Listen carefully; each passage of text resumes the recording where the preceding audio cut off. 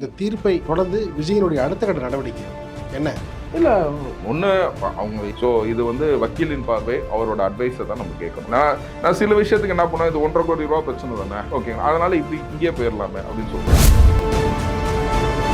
படத்திற்காக அவர் வாங்கிய சம்பளத்துல 15 கோடி ரூபா மறைச்சிட்டாரு. நீங்க புலி எல்லாத்தையும் தான் புலியை யாரும் துரத்த முடியும், ஓகேங்களா. இதை இன்கம் டேக்ஸ்ல என்னென்ன ஒருவேளை அந்த படத்துல நடிச்சதெல்லாம் புலியாவே மாறிட்டாரோ Vijay. Giving opportunity and remanding back the matter to ITAT அப்படின்னா அபதாரம் இப்ப கட்ட வேணாம். விஜய் தரப்புல இருந்து நான் கட்டணுமா கட்ட வேணாமா சொல்லல, நீ என்ன கேட்கறதே தப்புங்கிறாங்க. இப்ப ஜஸ்டிஸ் செந்தில்குமார் ராமமூர்த்தி என்ன ஆர்டர் போட்டிருக்காரு அப்படின்னு கேட்டீங்கன்னா, சார் லிமிடேஷன் பாயிண்ட்டை மட்டும் விட்டுட்டு, ஓகேங்களா, நீங்க மற்ற கிரவுண்ட்ஸ்ல கேஸை நடத்துங்க. இப்ப என்ன நடக்குங்கிறதே நான் சேர்த்து சொல்றேன், ஓகேங்களா. ஐடிஐடியில போயிட்டு high court has remanded back the matter to so and so. Sir அவன் திருட்டு பையன் எல்லாமே 1000 கோடி 2000 கோடி ஊழல் பண்ணிக்கிட்டு கான்ட்ராக்டர் காசுல இருந்தா எடுத்துட்டு போயிட்டு இருக்காங்க. இங்க இல்ல யாரையும் நம்ம நீங்க ஒரு வழக்கறீங்க இல்ல, நான் வழக்கறிஞர் தான் சார். இப்ப நீங்க திருடனை நீங்க எப்படி சொல்ல முடியும்? நீதிமன்றத்துல இல்ல நான் திருடனை நீங்க எப்படி சொல்ல முடியும் சொல்லுங்க. அதிக கவனம் அவர் எங்கெங்க போறாரு, அதுதான் அவரு போற இல்ல சார், அவர் எப்படி போறாரு அதே போல இவர்களும் உயிரை பணைய வச்சு கேமரா தூக்கி போறாங்க. அதை நீங்க குறை சொல்ல முடியும். மோடி இப்படின்னா மோடி வருகிறார் பண்றாரு பேசி பாருங்க, மீடியாவே ஓடாது. மத்த தலைவர் எல்லாருக்கும் தடை போட்டுடலாமா? இல்ல தடை போடலாம்ல, ஆனா என்ன நான் ப்ரோமோட் பண்றது மட்டும், கெட்டதை ப்ரோமோட் பண்றது மட்டும், விஜய் மட்டும் தான்ப்பா, கெட்டதை ப்ரோமோட் பண்றது மட்டும்.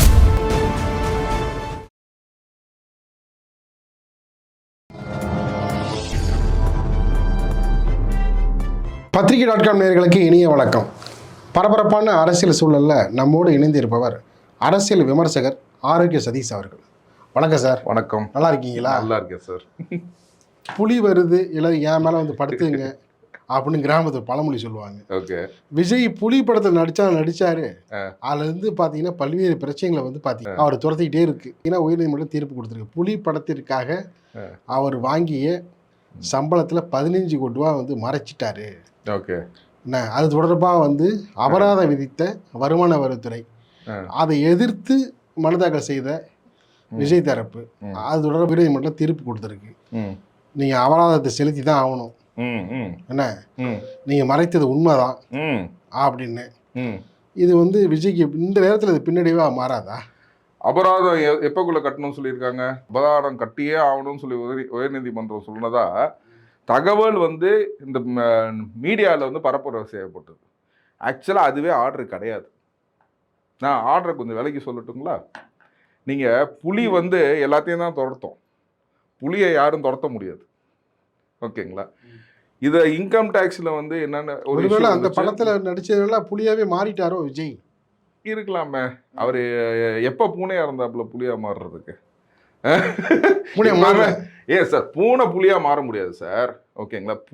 புலியாக இருந்தால் தான் புலியாக இருக்க முடியும், ஓகேங்களா. அது வேறு எதுவும் கிடையாது. இது அபராதம் பார்த்தீங்கன்னா 15 கோடிக்கு 1.5 crores போட்டிருக்காங்க. ஜஸ்டிஸ் செந்தில்குமார் ராமமூர்த்தி பார்த்தீங்கன்னா ஆர்டர் பாஸ் பண்ணியிருக்காரு.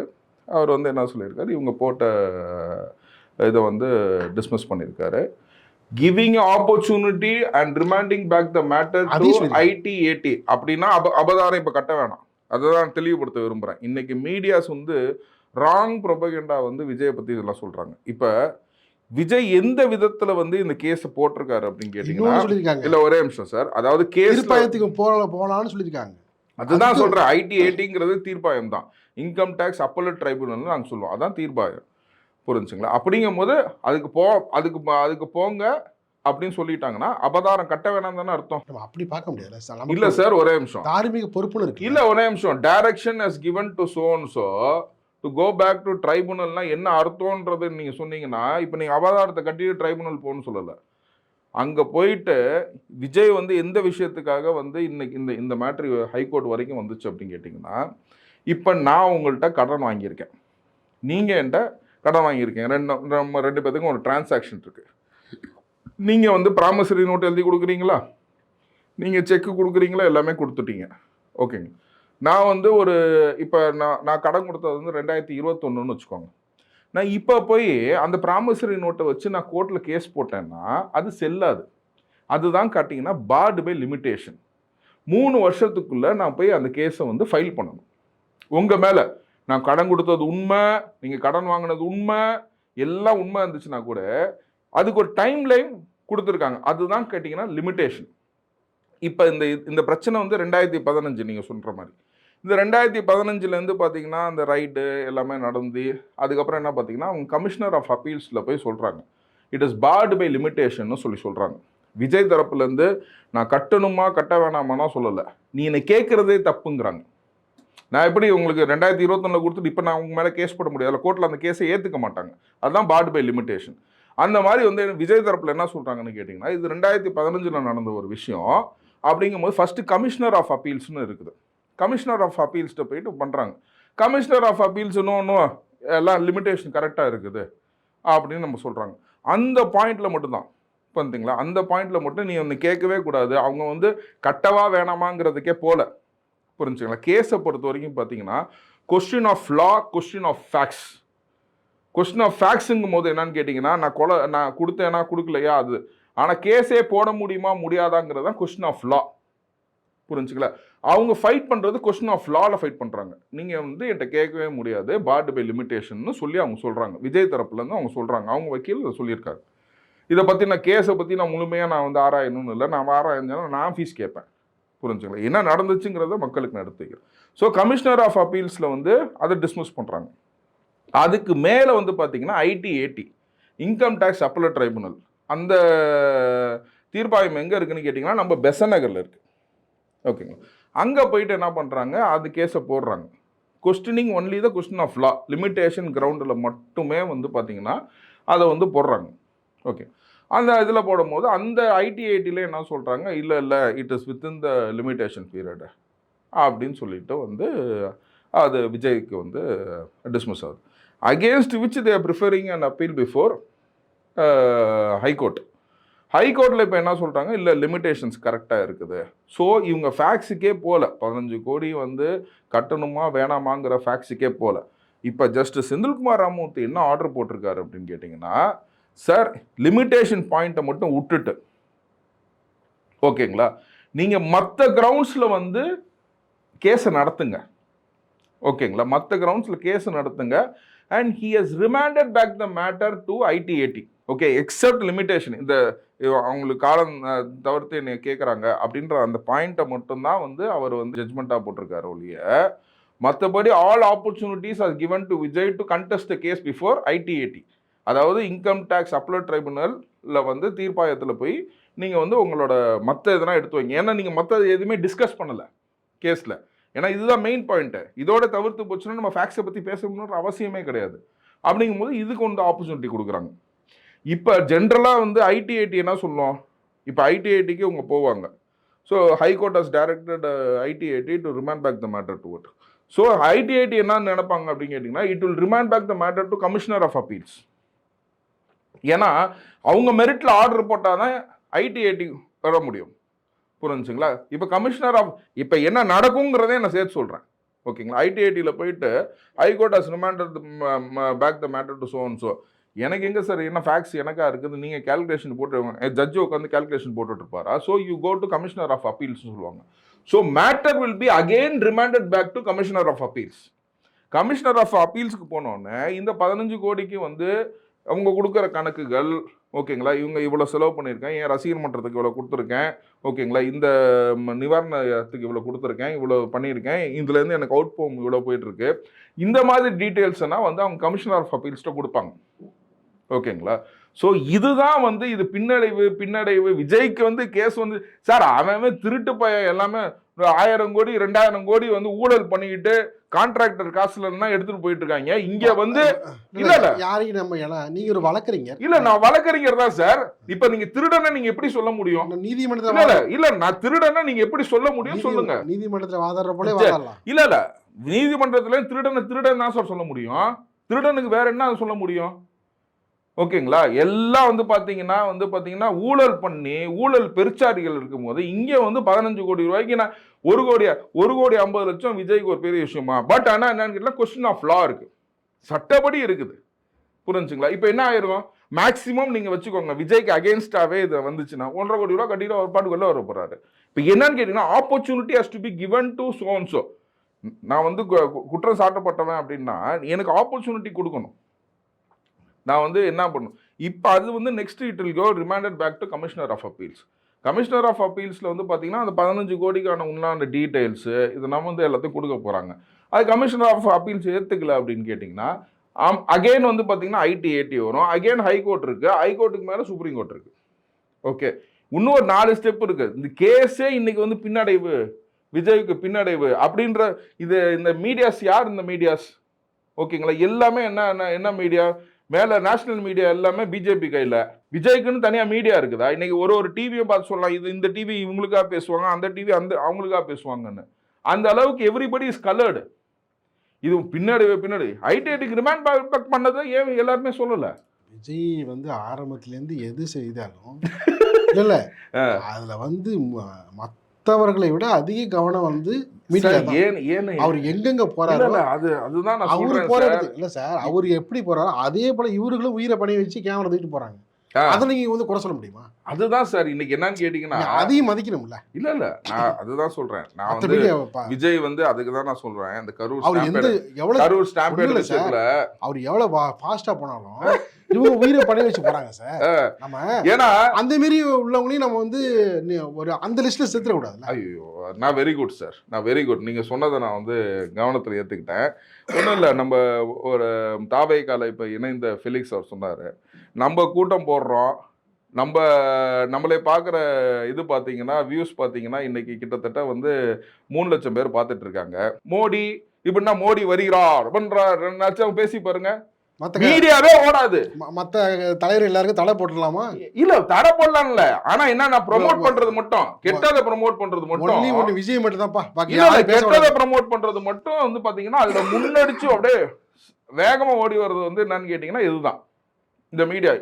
நீங்க சொல்லுங்களேன், எந்த மீடியா இப்ப அண்ணன் விஜயகாந்த் மறைந்த அண்ணன் விஜயகாந்த் அவரு கூட ஒரு டிவி கேப்டன் டிவின்னு வச்சிருந்தாரு. ஓகேங்களா, இன்னைக்கு விஜய்க்கு என்ன டிவி இருக்கு? ஒண்ணுமே கிடையாது. இல்ல உயர்நீதிமன்ற தீர்ப்பு அதை எடுத்து பேச வேண்டியது எல்லாருமே கடமை. அதுக்கு தான் நான் சொல்றேன், இல்ல சார் நியூட்ரலா இருக்கனாலதான் என்ன அழைக்கிறீங்க, மத்த சேனல் என்னை கூப்பிடுறது இல்லையா? ஏன்னா நியூட்ரலா இருக்கிறவங்க அவங்களுக்கு தேவையில்லை. விஜய்க்கு ஒரு பின்னடைவு, இது எங்க பின்னடைவு? கொஸ்டின் ஆஃப் லால வந்து நீங்க லிமிடேஷன்ஸை மட்டும் பேசாதீங்க. லிமிடேஷனை டிசைட் பண்ணிட்டோம் high court. With regard to other matters you have all liberty to discuss before ITAT income tax appellate ட்ரைபுனல்ன்றதுல டிஸ்கஸ் பண்ணுங்கன்னு சொல்லிட்டாங்க. So it is very clear. அங்கே போனீங்கன்னா அங்கே இப்படி இருக்கிற பட்சத்தில் கட்சிகளை வந்து அவர் வந்து ஊழல் கட்சின்னு பேசுவது எப்படி? எது சார் இந்த ஊழல் பண்ணவங்கள ஊழல் கட்சின்னு பேசாமல் என்ன பேச முடியும் sir? This is my right to approach the court sir, புரிஞ்சுங்களா? It is my right to approach the court, புரிஞ்சுங்களா? இன்றைக்கி நான் முன்னாடியே நான் சொல்லுவேன், it's all orders are appealable order. அன்றைக்கி வந்து ஒரு ஜஸ்டிஸ் வந்து விஜய் பணம் தான் வச்சுருக்கீங்களா, கட்ட வேணாம், ஜஸ்டிஸ் மேலே ஆர்டர் போடுங்க, இட்ஸ் அன் அப்பீலபிள் ஆர்டர். இது ஜட்ஜே சொன்னாலும் நான் சொல்லுவேன் தப்பு, தனி மனித தாக்குதல் நீங்கள் செய்யக்கூடாதுன்னு சுப்ரீம் கோர்ட்டு ஏன் சொல்லுச்சு சார்? இன்னைக்கு எல்லா கோர்ட்லையுமே வந்து இன்னைக்கு வந்து சுப்ரீம் கோர்ட்டில் இன்னைக்கு கரூர் ஸ்டாம்பேட் கேஸில் என்ன பண்ணாங்க, ரிஜிஸ்டாரை போய் இது பண்ணி அந்த ஜட்ஜி ஏன் இப்படி என்ன ப்ரேயர் கேட்டிருக்காங்க, என்ன ஆர்டர் போட்டிருக்காங்கன்னு சொல்லிட்டு அந்த இதை ரிஜிஸ்டாருக்கு வந்து ரிப்ளை கொடுக்க சொன்னாங்க. வாட் வாஸ் த ப்ரேயர் இந்த ரிட் பெட்டிஷன்? ஏன் இந்த மாதிரி விஜய் வந்து கட்சியை நடத்த முடியாத ஒரு ஆளு அப்படின்றது தனி மனித தாக்குதல் அந்த ஜட்ஜிக்கு யார் உரிமை கொடுத்ததுன்னு சொன்னது யாரு? Supreme court. So certain people certain things எல்லாமே நம்ம பார்க்கணும் சார், எல்லாத்தையுமே நம்ம பார்க்கணும், எல்லா விஷயத்துலையுமே பார்க்கணும். இன்னைக்கு அப்படின்னா வந்து இங்க இருக்கிறவங்க எல்லாம் அநீதி விதிச்சாங்களா? எல்லாத்தோட பார்வை வந்து டிஃப்ரெண்ட், புரிஞ்சுங்களா? சுப்ரீம் கோர்ட்ல இன்னைக்கு என்ன ஆச்சு, அவங்களுக்கு கேட்ட ஆர்டர் அவங்களுக்கு கிடைச்சிச்சு. SIT has been formed. இன்னைக்கு CBI enquiry has been monitored by SIT. SIT is reporting on monthly basis to supreme court. இப்போ யூனியன் கவர்மெண்டோட கண்ட்ரோலே இல்லை. யூனியன் கவர்மெண்டோட அதனால தான் வந்து பார்த்தீங்கன்னா இந்த சிபிஐ இந்த வழக்கு கூட வந்து பார்த்தீங்கன்னா ஒன்றும் பண்ண முடியலையே அப்படின்னு சொல்லிட்டு இந்த சிபிஎஃப்சி ஜனநாயகத்தை பிடிச்சிட்டு மிதின்னு என்ன ஜனநாயகத்தில் என்ன அவர் வந்து தீவிரவாதியா அவர்? இல்லைன்னா அது என்ன, அது ஒரு கமர்ஷியல் மூவி அவ்வளோதான். அது ஏற்கனவே வந்து தெலுங்குல ரிலீஸ் ஆன மூவி. அந்த மூவிக்கு இவ்வளோ பண்ணுறாங்க அப்படின்னா ஒன்றும் இல்லை சார், சாலிசிட்டர் ஜெனரலுக்கு அவர் வேற வேலையே இல்லையா? அந்த சிபிஎஃப்சி இந்த கேஸுக்காக அவர் அப்பியர் ஆகிறார் வந்து. நானா ஸ்ட்ரைட்டாகவே சொல்லுவேன் சார், எனக்கு ஒன்றும் இது கிடையாது, அச்சமே கிடையாது. போய் மென்ஷன் பண்ணி மத்தியானம் வந்து அவ்வளோ பெரிய டேமேஜ் ஆகிற போது கண்ட்ரிக்கு, காலையில் போட்டு ஆடுற மத்தியானம் மென்ஷன் பண்ணி கோர்ட்டுக்கு கூட்டிட்டு வருது. அதுக்குன்னா வந்து this is all these people are been appointed by BJP, so they are doing this. அதனால தான் சொல்கிறேன், விஜய் எந்த ஒரு இதாக எடுத்தாலும் சரி, அவருக்கு வந்து பார்த்தீங்கன்னா குடைச்சலை கொடுக்கறது. இந்த குடைச்சல் எல்லாமே பாசிட்டிவாக மாறிட்டு இருக்கு. இன்னைக்கு சொல்கிறேன், இன்னைக்கு தேட்டர் ஓனர்ஸ் எல்லாம் சொல்கிறாங்க, பொங்கலுக்கு நாங்கள் பண்ண வேண்டிய கலெக்ஷனில் சரியாக வந்து ஜனநாயகத்துக்கு இது பண்ணும்போது சில பேர் ஒரு கண்ட்ரோலில் இந்த தேட்டர்ஸ் வந்ததுனால பல படங்கள் ரிலீஸ் ஆகாமல் நாங்கள் சரியாக சம்பாதிக்கலை. தேட்டர் வந்து பொங்கலுக்கு காலியாக இருந்தது காரணம் வந்து சில நிறுவனங்கிறாங்க. இந்த ஜனநாயகம் ப்ராப்பர் டேட்டில் ரிலீஸ் ஆகாமல் போனதுனால இது ஒரு பங்கு ஒரு சைடு சொல்கிறாங்க. ஓகேங்களா? 100 கோடிக்கு மேலே எங்களுக்கு லாஸு தேட்டர் ஓனர்ஸு. எங்களால் வந்து படமே இன்னைக்கு நடத்த முடியல. இந்த மாதிரி பெரிய படம் வரும்போது மட்டும்தான் எங்களால் சமாளிக்க முடியுது.